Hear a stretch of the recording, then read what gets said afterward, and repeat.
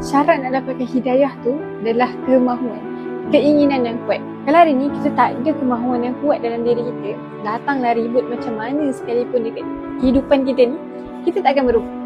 Ada Allah sebutkan dalam surah 28 ayat 56 yang mana innaka lah tahdi man ahbabta walakinnallaha yahdi man yasha wa huwa a'lamul bimuhtadin. Ia bermaksud sungguh engkau Muhammad tidak dapat memberi petunjuk kepada orang-orang yang engkau kasihi, tapi Allah memberi petunjuk kepada orang-orang yang Dia kehendaki, dan Dialah yang lebih mengetahui orang-orang yang nakkan petunjuk tu. Kita ni tak mampu nak bagi hidayah dekat orang-orang yang kita sayang.